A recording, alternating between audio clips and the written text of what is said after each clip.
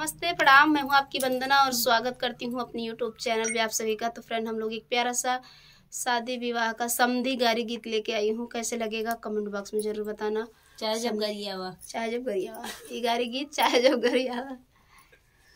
कोई ले गया सब्जी गरम पूड़ी, कोई ले गया सब्जी गरम पूड़ी, कोई ले गया समधी के बहिनी के नेवता दिहली, अइबो कैली खइबो कैली, दुई चार पूड़ी चोरइबो कैली, कुत्ता जानी हम मरबो कैली, जोर जोर से चिल्लाई बहू कैली। कोई ले गया सब्जी गरम पूड़ी, कोई ले गया सब्जी गरम पूड़ी, कोई ले गया दुल्हे के बहिनी के नेवता दिहले, अइबो कैली खइबो कैली, दुई चार पूड़ी चोरइबो कैली, कुत्ता जानी है मरबो कैली, जोरा जोरा चिल्लइबो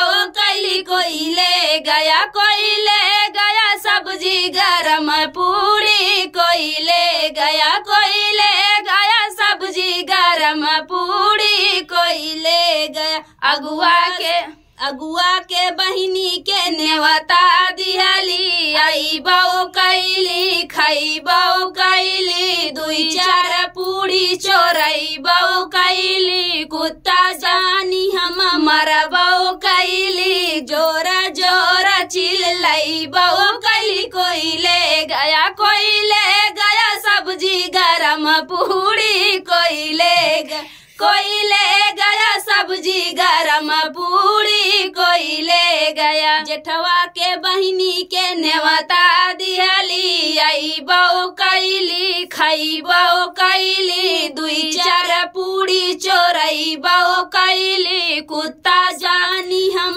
मरबो कैली, जोर जोर चिल्लइबो कैली। कोई ले गया सब्जी गरम पूड़ी, कोई ले गया सब्जी गरम पूड़ी, कोई ले गया पंडित के बहिनी के नेवता दिहले, अइबो कैली खइबो कैली, दुई चार पूड़ी चोरइबो कैली, कुत्ता जानी हम मरबो कैली, जोरा जोर चिल्लइबो कैली। कोई ले गया सब्जी गरम पूड़ी, कोई ले गया सब्जी गरम पूड़ी, कोई ले गया नाऊ के बहिनी के नेवता दिहली, अइबो कैली खइबो कैली, दुई चार पूड़ी चोरइबो कैली, कुत्ता जानी हम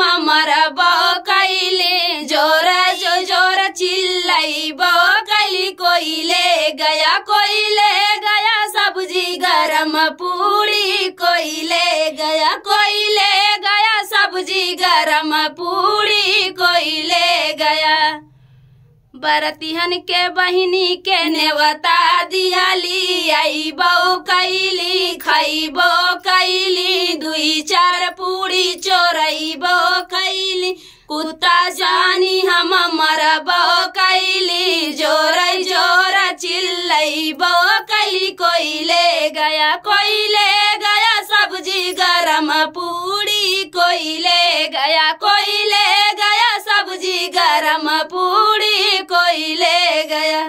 तो फ्रेंड, गारी गीत आप लोगों को कैसा लगा कमेंट बॉक्स में जरूर बताना। फिर मिलते किसी नए गाने के साथ, तब तक के लिए बाय बाय दोस्तों।